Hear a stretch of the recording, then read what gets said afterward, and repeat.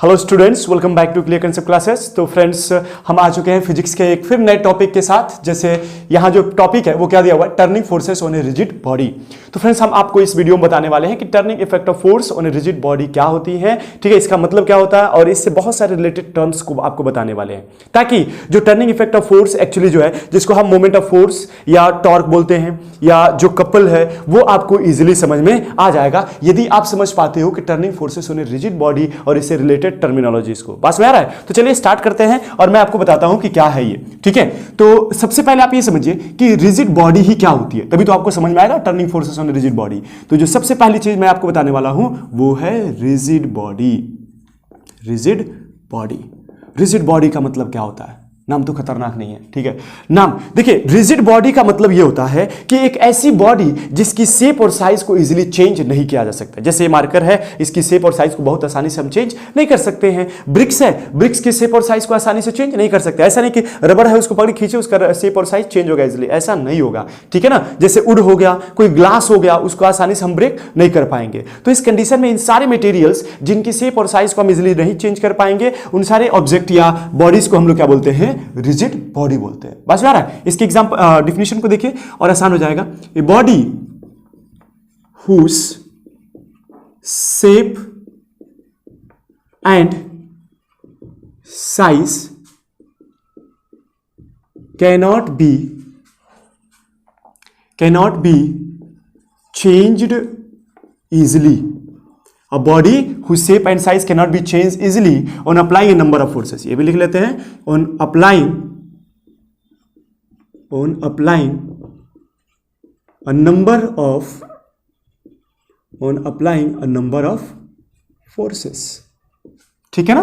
Rigid body क्या होती है? एक वो बॉडी जिसकी शेप और साइज को इजीली चेंज नहीं किया जा सकता है बहुत सारे फोर्सेस लगाने के बावजूद भी। तो उस फोर्सेस को उस बॉडी को क्या बोलते हैं? रिजिड बॉडी बोलते हैं। अरे समझ में? तो इजी है, बहुत इजी है, ठीक है। रिजिड बॉडीज क्या होती है? जैसे एग्जांपल को देखिए, एग्जांपल देखिए और आसान हो जाएगा। जैसे एग्जांपल में रिजिड बॉडी हो जाएगा आपके पास ब्रिक्स, स्टोन, ठीक है, वुड, ठीक है। ऐसे आप बहुत सारे एग्जांपल्स दे सकते हैं, ठीक है ना।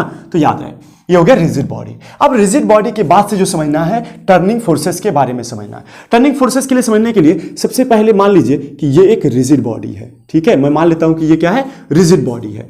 अब रिजिड बॉडी पर इस पॉइंट पर इस डायरेक्शन में एक फोर्स एक्ट करता है, और पॉइंट जहां पर फोर्स लगता है उसको क्या मान लेता हूं? ए मान लेता हूं, ठीक है।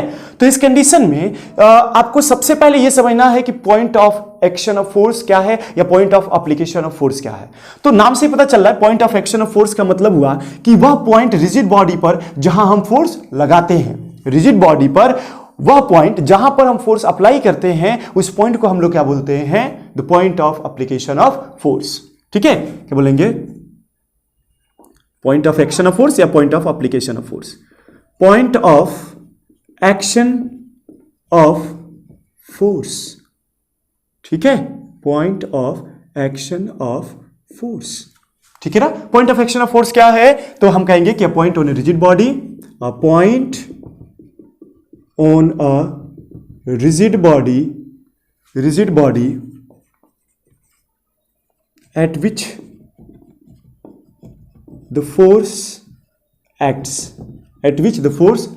ठीक है ना। Point on a rigid body at which the force acts is known as point of action of force. जैसे डायग्राम से आपको क्या मिल रहा है? ये जो ए है, ये ए एक ऐसा पॉइंट है जहां पर आप फोर्स अप्लाई किए हैं, है ना। तो इसका मतलब कि क्या हो जाएगा? Point of action of force. समझ आ रहा है? Point of action of force क्या है ना, इजी है। चलिए अब आगे बढ़ते हैं। नेक्स्ट जो टर्मिनोलॉजी हमें समझनी है वो ये टर्म है line of action of force. क्या है? Line of action of force, ठीक। नाम से ही पता चल रहा है कि एक ऐसी लाइन जिस पर फोर्स एक्ट करे, line of action of force. तो देखिए मैं आपको ड्रॉ करके दिखाता हूं। देखिए ये एक इमेजिनरी लाइन है जिस पर हम मान सकते हैं कि फोर्स एक्ट कर रहा है। ये क्या है? इमेजिनरी लाइन है। जैसे मान लो इस पॉइंट को हमने बी पॉइंट मान लिया, तो बी ए जो पॉइंट है वो क्या है? वह बी ए जो लाइन है वो एक ऐसी लाइन है जिसके अलोंग यह फोर्स एक्ट कर रहा है, उसी के अलोंग फोर्स एक्ट कर रहा है ना। तो इस लाइन को, इस इमेजिनरी लाइन को क्या बोलते हैं? Line of action of force, ठीक है। तो क्या बोलेंगे? एन इमेजिनरी लाइन, है ना, along which, ठीक है, an imaginary line along which force acts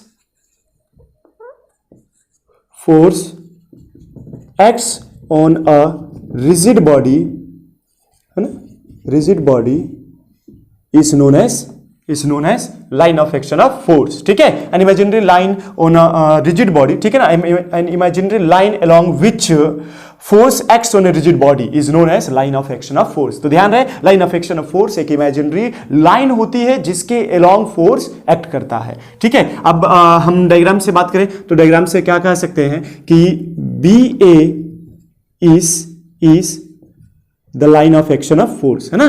जैसे यहां पर मैं लिख देता हूं फ्रॉम डायग्राम, है ना, इस तरीके से फ्रॉम डायग्राम BA, है ना, लाइन BA, हाँ लाइन BA, और क्लियर हो जाएगा लाइन BA, ठीक है, लाइन ऑफ एक्शन ऑफ, उस तरीके से इसके लिए क्या लिखेंगे, फ्रॉम डायग्राम क्या लिखेंगे, पॉइंट ए, ठीक है। चलिए, तो ये हो गया line of action of force और point of action of force, ये दो बातें आपको समझ में आ गई होंगी। अब नेक्स्ट जो टर्म हमको समझना है वो है हमारे पास principle of transmissibility of force. क्या है principle of transmissibility of force? Principle of transmissibility of force, principle of transmissibility of force. तो principle of transmissibility of force क्या है? तो ये प्रिंसिपल ये कहता है कि जो point of action of force है ना, जो इस बॉडी के ऊपर जो इमेजिनरी लाइन है, उस लाइन पर क्या है, एक पॉइंट है जिसको हम लोग क्या बोलते हैं, point of action of force. इस point of action of force को इस लाइन पर कहीं भी ट्रांसमिट किया जा सकता है। आप इस पॉइंट को यहां भी अप्लाई करो, इस पॉइंट पर भी फोर्स अप्लाई करो, यहां भी अप्लाई कर सकते हो, यहां भी कहीं भी फोर्स अप्लाई करोगे तो इफेक्ट आपको वही देखने को मिलेगा। बात समझ आ रहा है? लेकिन डायरेक्शन सेम होना चाहिए, ये बात याद रखना है, ठीक है। तो according to principle of transmissibility of force, it state that the point of action of force can be transmitted anywhere on the line of action of force। क्या लिखेंगे? according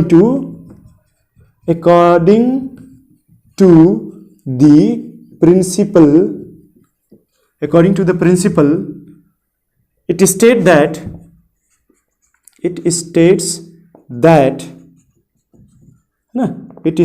that the line of action of force the line of action of force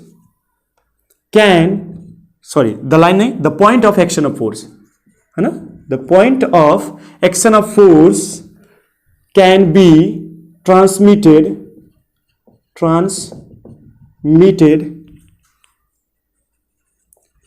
anywhere on the line of action of force.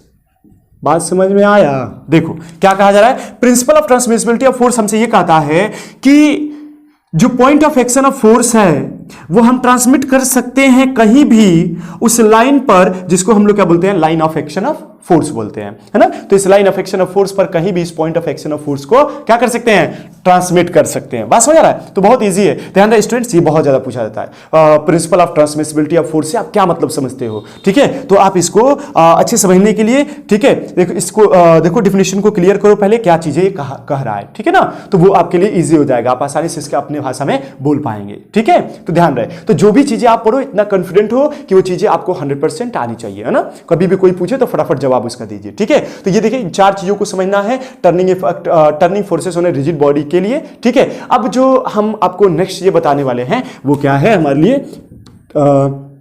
Moment of force, moment, है ना, moment of force, या इसको क्या बोलते हैं आसान भाषा में, टॉर्क, ठीक है, टॉर्क। और दूसरी चीज हमें पढ़नी है वो है कपल, हाँ वो कपल नहीं, ठीक है, फोर्स वाला कपल।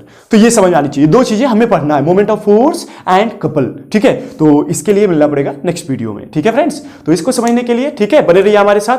हम आपको नेक्स्ट वीडियो में आपको बताएंगे कि ये मोमेंट ऑफ फोर्स या टॉर्क क्या होता है और इससे उसकी यूनिट क्या होती है, ठीक है ना, और भी सारी चीजें उसके बारे में हम बात करेंगे, ठीक है। चलिए फ्रेंड्स, मिलते हैं नेक्स्ट वीडियो में।